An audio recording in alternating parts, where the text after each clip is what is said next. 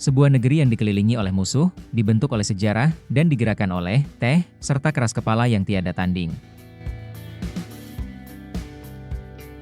Siapa yang tidak ingin menaklukkan tempat yang menjadi jembatan antara dua benua yaitu Asia dan Eropa, mengendalikan selat penting, dan memiliki beberapa wilayah paling strategis di dunia?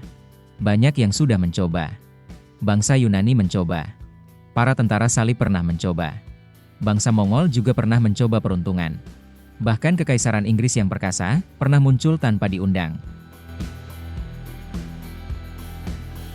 Tapi di masa kini, menginvasi Turki adalah hayalan yang lebih cocok untuk video game.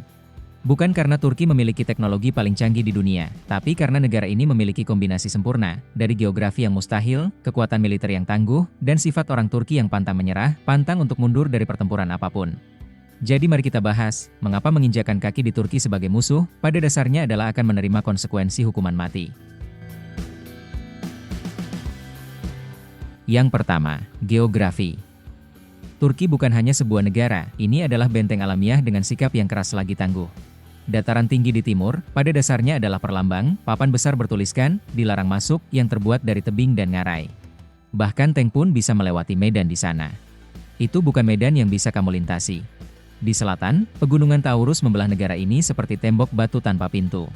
Tak ada jalan lurus, tak ada jalan pintas, hanya lokasi penyergapan tak berujung dan kemungkinan besar konvoimu akan rusak sebelum sempat melihat pertempuran. Di utara, pegunungan Pontus menjulang di atas Laut Hitam seperti kakek-kakek pemarah dengan teropong. Coba lakukan pendaratan di pantai, dan kamu akan dihujani tembakan bahkan sebelum kakimu menyentuh pasir. Selamat mencoba menyerbu pantai yang melawan dari pucuk pepohonan, dan tepat di tengah semua ini, Selat Bosporus, tali pengaman VIP milik Turki antara Eropa dan Asia. Kamu tidak bisa begitu saja menyeberang. Kamu harus menunggu giliran, berharap Turki sedang dalam suasana hati yang baik, dan mungkin, kamu akan diizinkan lewat. Tapi geografi saja tidak cukup untuk menghentikan invasi modern, kamu juga butuh pasukan di darat dan kekuatan di udara. Turki punya keduanya. Angkatan bersenjata Turki bukanlah sesuatu yang bisa diremehkan. Tergantung pada sumbernya, Turki memiliki sekitar 375.000 personel aktif, dengan beberapa perkiraan menempatkan jumlah tentara darat saja lebih dari 400.000. Tambahkan cadangan, sekitar 380.000, ditambah pasukan paramiliter, maka total kekuatan militer bisa mencapai sekitar 883.000. Itu adalah kekuatan serius, didukung oleh sistem wajib militer, yang berarti jutaan warga negara lainnya memiliki pelatihan militer dasar dan bisa dipanggil kapan saja, dan ini yang penting, militer Turki bukan hanya besar. Mereka berpengalaman dan teruji pertempuran. Mereka telah bertempur dalam perang asimetris selama puluhan tahun, di pegunungan melawan pemberontak, di perbatasan Suriah, di Irak, dan bahkan sebagai bagian dari operasi NATO. Ini bukan pasukan parade. Ini adalah profesional tangguh yang terlatih dalam pertempuran. Secara teknologi, Turki kini bukan hanya pembeli, tapi pembuat. Bayraktar TB2 mengubah permainan dalam perang modern. Murah, presisi, dan mematikan. Telah digunakan secara efektif di Suriah, Ukraina, Libya, dan yang paling mencolok, di Nagorno-Karabakh, di mana drone ini membantu Azerbaijan meluluhlantakkan posisi Armenia dengan kecepatan mengejutkan, dan bukan cuma drone. Turki sedang mengembangkan jet tempur generasi kelima mereka sendiri, Kaan. Mereka memproduksi kendaraan lapis baja seperti tank Altai, roket berpemandu, dan kapal perang. Ini bukan militer yang menunggu perlengkapan bekas dari barat, ini adalah negara yang membangun mesin perangnya sendiri. Bagaimana dengan angkatan udara? Ratusan jet F-16 menjaga langit Turki, didukung oleh sistem rudal dalam negeri seperti Hisara dan Hisaro. Mereka sedang menuju kemandirian dalam pertahanan udara, bahkan mengimpor sistem S-400 dari Rusia, menyebabkan gejolak geopolitik, tapi juga mengirimkan pesan yang jelas, Turki bermain dengan aturan mereka sendiri. Namun Turki bukan hanya bertahan di tengah kekacauan itu, mereka berkembang di dalamnya. Mereka adalah penjaga gerbang Bosporus dan Dardanelles, mengendalikan sisi tenggara NATO, dan menjadi tuan rumah bagi aset penting AS di pangkalan seperti Incirlik, yang membawa kita ke NATO. Turki bukan hanya anggota, mereka adalah anggota inti.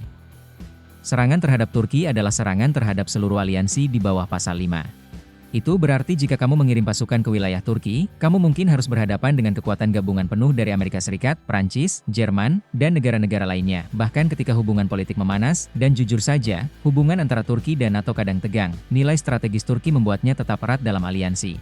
Tak ada perencana militer waras yang akan menyerbu Turki tanpa memperhitungkan respons dari NATO. Sekarang, jika sejarah mengajarkan kita sesuatu, maka itu adalah, menginvasi Turki bukanlah strategi, melainkan bencana yang dijamin terjadi. Ambil contoh Gallipoli tahun 1915. Kekaisaran Inggris, didukung oleh Prancis dan lainnya, meluncurkan salah satu invasi amfibi terbesar di awal abad ke-20. Tujuannya, menguasai Dardaneles, merebut Istanbul, dan mengeluarkan Kesultanan Utsmaniyah dari Perang Dunia Pertama. Sebaliknya, mereka disambut dengan parit, senapan mesin, dan seorang perwira Utsmaniyah bernama Mustafa Kemal yang nantinya mendirikan Republik Turki modern. Para penyerbu dibantai di pantai, tak mampu menembus pertahanan. Itu adalah kekalahan memalukan. Dan Gallipoli menjadi tonggak kebanggaan militer Turki, dan itu hanyalah satu contoh. Banyak invasi lainnya, dari Perang Saudara Bizantium, serangan Mongol, hingga kampanye tentara salib, semuanya berakhir dengan kekalahan atau penarikan cepat. Namun disinilah perlawanan sejati dimulai, rakyatnya. Orang Turki bukan hanya patriotik. Mereka secara pribadi terlibat dalam pertahanan negara mereka. Setiap keluarga memiliki anggota yang pernah bertugas. Setiap jalan memiliki veteran. Dan setiap desa memiliki kisah pengorbanan yang diwariskan layaknya pusaka. Ini adalah rakyat yang berlari menuju bahaya, bukan menjauhinya. Kudeta gagal tahun 2016.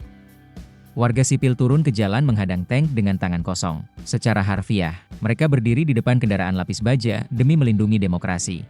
Coba serbu tempat seperti itu. Kamu tidak hanya melawan tentara, kamu melawan rakyat yang akan berorganisasi, melawan, dan memberikan perlawanan di setiap level dan secara budaya. Orang Turki itu tangguh, vokal, dan penuh kebanggaan. Mereka bisa berdebat soal politik, olahraga, atau apakah kebab Adana lebih enak dari kebab Urfa, tapi begitu ada ancaman dari luar, semua orang berada dalam satu tim. Dan tim itu akan bertempur dengan segala cara, termasuk cara-cara kotor jika perlu. Oke, mari kita berandai-andai. Katakanlah ada suatu negara adikuasa yang entah bagaimana bisa menyusun invasi laut dan berhasil menghindari deteksi NATO. Mereka mencoba mendarat di pantai Aegean Turki. Sebelum mereka sempat menyentuh pantai, drone-drone Turki sudah mengudara. Radar Angkatan Laut telah mengunci armada mereka. Jet F-16 diterbangkan. Dalam hitungan menit, posisi artileri Turki dari pedalaman menghujani kapal pendarat. Di udara, drone Bayraktar menghantam depot bahan bakar, stasiun radar, dan jalur suplai. Di darat, pasukan khusus elit Turki, Baret Marun, sudah berada di posisi. Setelah terjun payung ke area itu 1 jam sebelumnya dan warga sipil, mereka menyiarkan setiap gerakan secara langsung dari balkon, sementara grup WhatsApp berubah menjadi jaringan pengintaian instan. Ini seperti pertahanan nasional berbasis crowdsourcing, katakanlah para penyerbu berhasil menguasai garis pantai. Mereka harus maju ke pedalaman, mendaki bukit, melewati medan yang rusak, sambil disergap di setiap tikungan. Setiap desa menjadi sel perlawanan. Setiap hutan menjadi perangkap. Setiap jalan kota menjadi medan tempur dan jangan lupa, begitu tembakan pertama dilepaskan, NATO siaga penuh. Drone as, jet Jerman, dan kapal perang Prancis mulai berdatangan. Bantuan tiba. Para penyerbu tidak hanya kalah, mereka menghilang. Jadi, jika kamu berpikir untuk mencobanya, jangan.